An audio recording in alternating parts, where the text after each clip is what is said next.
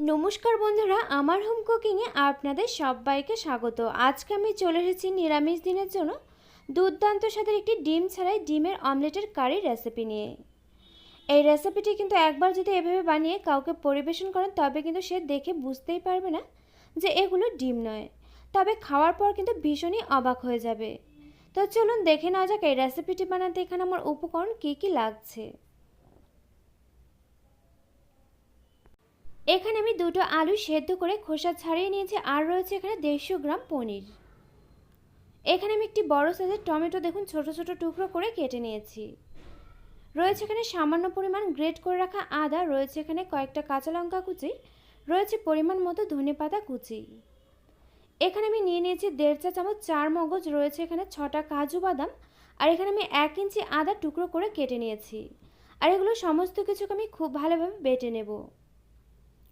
রয়েছে এখানে স্বাদ মতো নুন, হলুদ গুঁড়ো রয়েছে 1 চা চামচ, এখানে রয়েছে লাল লঙ্কা গুঁড়ো 1/2 চা চামচ, রয়েছে কাশ্মীরি লঙ্কা গুঁড়ো 1/2 চা চামচ, রয়েছে এখানে 1/2 চা চামচ জিরে গুঁড়ো, 1/2 চা চামচ ধনে গুঁড়ো, রয়েছে 1/2 চা চামচ গরম মশলা গুঁড়ো, রয়েছে এখানে 1 চা চামচ চিনি, রয়েছে এখানে 1 চা চামচ ঘি। এখানে ফোড়নের জন্য রয়েছে গোটা জিরে, একটি শুকনো লঙ্কা। এখানে আমি বেশ কয়েকটা পাঁপড় নিয়ে নিয়েছি, আর পাঁপড়গুলো আপনারা আপনাদের পছন্দ মতো এরকম সাইজের যে কোনো পাঁপড়ই নিয়ে নিতে পারেন।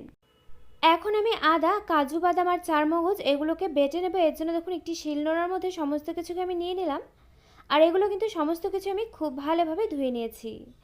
এরপর আমি এখানে আদা আর কাজু বাদামটাকে একটু থেতো করে নিলাম প্রথমে, এতে করে কিন্তু এগুলো বাটাটা খুব সহজে হয়ে যাবে। এরপর আমি এখানে সামান্য পরিমাণে একটু জল দিয়ে দিলাম। জল দিয়ে এখন আমি খুব ভালোভাবে এগুলোকে মিহি করে বেটে নিচ্ছি। আর এগুলো আমি এখানে শিলনোড়াতে বেটে নিচ্ছি, আপনারা চাইলে কিন্তু এগুলোকে মিক্সিং জারে তো পেস্ট করেও নিতে পারেন।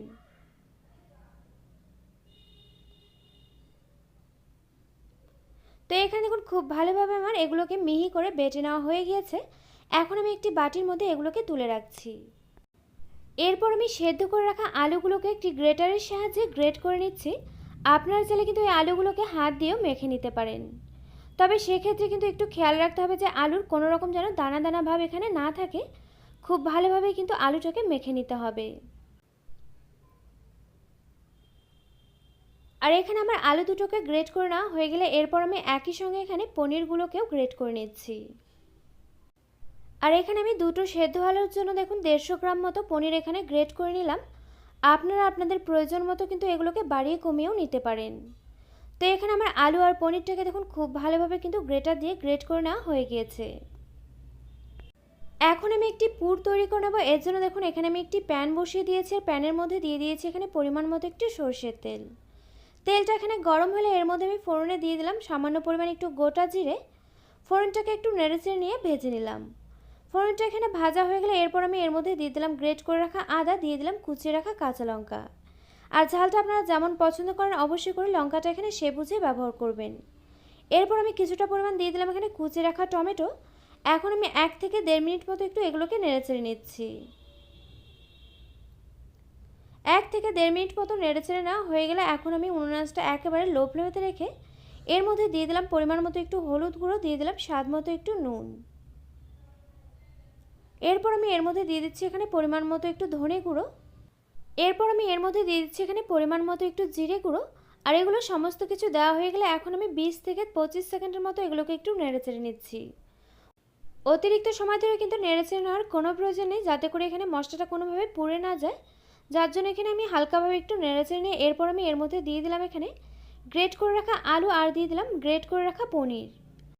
এগুলো সমস্ত কিছু দেওয়া হয়ে গেলে এখন আমি উনুন আঁচটা মিডিয়াম ফ্লেমেতে রেখে নেড়েচেড়ে নিয়ে পুরটাকে এভাবে রান্না হতে দেবো 3 থেকে 4 মিনিট মতো। তো এখানে আমি ফিরে এলাম 3 থেকে 4 মিনিট পর। শেষে আমি এর মধ্যে দিয়ে দিচ্ছি এখানে কিছুটা পরিমাণ ধনেপাতা কুচি। তবে ধনেপাতা কুচি দিয়ে কিন্তু অতিরিক্ত সময় ধরে আর নেড়েচেড়ে নেওয়ার কোনো প্রয়োজন নেই। 1 থেকে 1.5 মিনিট মতো একটু এভাবে নেড়েচেড়ে মিশিয়ে নিলেই কিন্তু হয়ে যাবে। তো এখানে আমার 1 থেকে 1.5 মিনিট মতো নেড়েচেড়ে নিয়ে মিশিয়ে নেওয়া হয়ে গিয়েছে। এখন আমি এই পুরটাকে নামিয়ে নিয়ে ঠান্ডা হতে দেব। তো এখানে আমি ফিরে এলাম কিছু সময় পর। এখানে কিন্তু পুরটা আমার একেবারেই ঠান্ডা হয়ে গিয়েছে। এরপর আমি এখানে দেখুন একটি প্লেটের মধ্যে নিয়ে নিয়েছি এখানে কিছুটা পরিমাণ জল। এখন আমি এই জলের মধ্যে একে একে পাঁপড়গুলোকে একটু ভিজে নিচ্ছি। তবে অতিরিক্ত সময় ধরে কিন্তু এগুলোকে ভিজিয়ে নেওয়া যাবে না, এপিট ওপিট করে কিন্তু এভাবে একটু ভিজিয়ে নিয়ে এগুলোকে তুলে রাখতে হবে। আর এই কাজটা কিন্তু অবশ্যই করে খুব তাড়াতাড়ি করে নিতে হবে, অতিরিক্ত সময় ধরে কিন্তু করা যাবে না। তো এখানে দেখুন একে একে আমার বেশ কয়েকটাই পাঁপড় এভাবে ভিজিয়ে নেওয়া হয়ে গিয়েছে। এরপর আমি এখানে দেখুন আরেকটি প্লেটের মধ্যে নিয়ে নিলাম এখানে একটি ভিজিয়ে রাখা পাঁপড়। আর এখন আমি এই পাঁপড়ের মধ্যে দিয়ে দিচ্ছি এখানে কিছুটা পরিমাণ পুর। আর পুরটাকে এভাবে একটু আমি লম্বা শেপের করে কিন্তু এই পাঁপড়ের মধ্যে দিয়ে দিলাম। এরপর আমি একটু দেখুন এভাবে দুই পাশ থেকে পাঁপড়টাকে ফোল্ড করে নিচ্ছি। আর এগুলো কিন্তু খুব সাবধানে এভাবে বানিয়ে নিতে হবে। আর এখানে দেখুন একটা কিন্তু আমার একেবারে রেডি হয়ে গিয়েছে, আর একইভাবে আমি বাকিগুলোকেও বানিয়ে নিচ্ছি। আর আমার এই রেসিপিটি যদি আপনাদের কাছে ভালো লেগে থাকে অবশ্যই একটি লাইক দিয়ে কমেন্ট করে জানাতে ভুলবেন না, কারণ আপনাদের একটি লাইক একটি কমেন্ট কিন্তু আমাকে এরকম নতুন নতুন ভিডিও বানাতে আরও অনেক বেশি উৎসাহিত করবে। আর আমার চ্যানেল নতুন বন্ধু হয়ে থাকলে চ্যানেলটিকে সাবস্ক্রাইব করে নেওয়ার অনুরোধ জানালাম। তো এখানে আমি মোট 4টে বানিয়ে নিয়েছি, বাকি দুটোর মতো আমি রেখে দিয়েছি।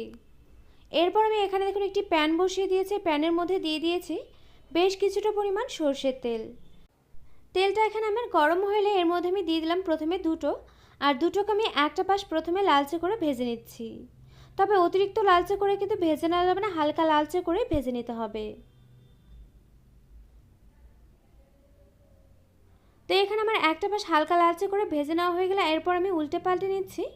উল্টে পাল্টে নিয়ে একইভাবে আমি অপর পাশটাকেও হালকা লালচে করে ভেজে নিচ্ছি। তো এখানে দেখুন অপর পাশটা আমার হালকা লালচে করে ভেজে নেওয়া হয়ে গিয়েছে। এরপর আমি এগুলোকে তেল থেকে তুলে রাখছি। আর এগুলো কিন্তু দেখুন দেখে কিন্তু একেবারে ডিমের অমলেটের মতোই লাগছে, যার জন্য কিন্তু এটার আমি নাম দিয়েছি ডিম ছাড়াই সম্পূর্ণ নিরামিষ ডিমের অমলেটের কারি। এরপর আমি একইভাবে বাকি দুটোকেও ভেজে নিচ্ছি।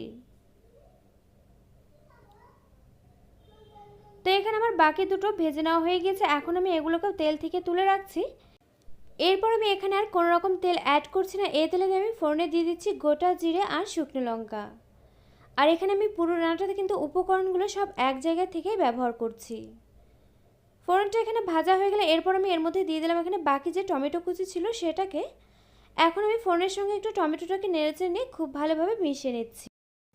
তো এখানে আমি এরপর দিয়ে দিচ্ছি এখানে বেটে রাখা আদা, কাজু বাদাম আর চারমগজ।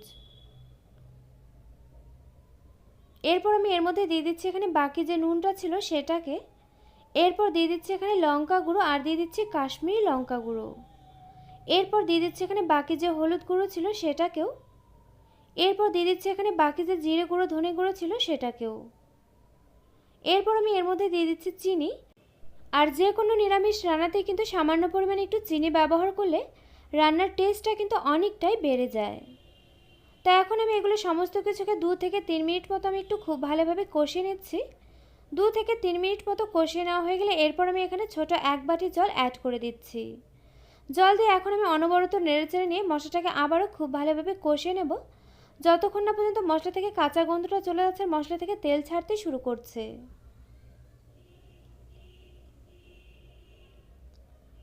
তো এখানে আমি ফিরে এলাম বেশ কিছু সময় পর। এখানে দেখুন মশলা থেকে কিন্তু তেল ছাড়তে শুরু করেছে, আর কাঁচা গন্ধটাও কিন্তু খুব ভালোভাবে চলে গিয়েছে। এরপর আমি এর মধ্যে দিয়ে দিলাম জল। জল দিয়ে একটু খুব ভালোভাবে নেড়েচেড়ে মিশিয়ে নিচ্ছি। নেড়েচেড়ে মিশিয়ে নিয়ে উনুন আঁচটা আমি হাই ফ্লেমে রেখে ঝোলটাকে ফুটিয়ে নেব 6 থেকে 7 মিনিট মতো। তো এখানে আমি ফিরে এলাম 6 থেকে 7 মিনিট পর। এরপর আমি এর মধ্যে দিয়ে দিচ্ছি এখানে গরম মশলা গুঁড়ো। এরপর দিয়ে দিচ্ছি এখানে ধনে পাতা কুচি। আর গরম মশলা গুঁড়ো ধনে পাতা কুচিটা আগে দেওয়ার কারণটা আমি বলে দিচ্ছি, কারণ এখানে অমলেটগুলো দেওয়ার পর কিন্তু কোনোভাবে আর অতিরিক্ত নাড়াচাড়া করা যাবে না, এতে করে কিন্তু অমলেটগুলো ভেঙে যেতে পারে।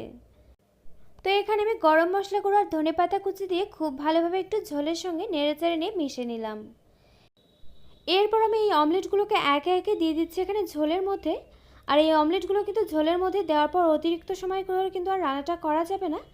উনুন আঁচটা একেবারে লো ফ্লেমে থেকে এভাবে 1 মিনিট মতো রান্নাটা করে নিলেই কিন্তু হয়ে যাবে। তো এখানে আমার একে একে সমস্ত অমলেটগুলো দেওয়া হয়ে গিয়েছে। এরপর আমি শেষের উপর দিয়ে ছড়িয়ে দিচ্ছি এখানে ঘি। আর এই ঘি দেওয়াতে কিন্তু এই রান্নার টেস্ট এবং ফ্লেভার দুটোই কিন্তু অনেকটাই বেড়ে যায়। ঘি দিয়ে এখন আমি ঝোলটাকে একটু এভাবে হালকাভাবে অমলেটের গায়ে লাগিয়ে নিচ্ছি। আর এইভাবে লাগিয়ে নিয়ে কিন্তু আমি 1 মিনিট পরে এখানে গ্যাসটাকে বন্ধ করে দেব।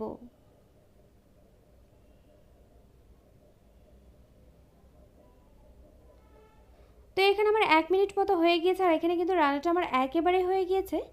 আর এই রেসিপিটি এভাবে একবার আপনারাও বাড়িতে ট্রাই করুন, আশা করছি আপনাদেরও খুব ভালো লাগবে। আর আমার এই রেসিপিটি আপনাদের কাছে কেমন লাগলো অবশ্যই কমেন্ট করে জানাতে কিন্তু ভুলবেন না। আর আমার এই রেসিপিটি যদি আপনাদের কাছে ভালো লেগে থাকে অবশ্যই লাইক করবেন, শেয়ার করবেন আর আমার এই চ্যানেলটিকে সাবস্ক্রাইব করবেন। পাশে থাকা বেল আইকন অবশ্যই প্রেস করে দেবেন, এতে করে আমার নিত্য নতুন ভিডিওর আপডেট আপনাদের কাছে পৌঁছে যাবে সবার আগে। তো আজকের মতো ভিডিওটা এই পর্যন্তই, আবারও পরে দেখা হচ্ছে অন্য কোনো নতুন ভিডিওর সঙ্গে।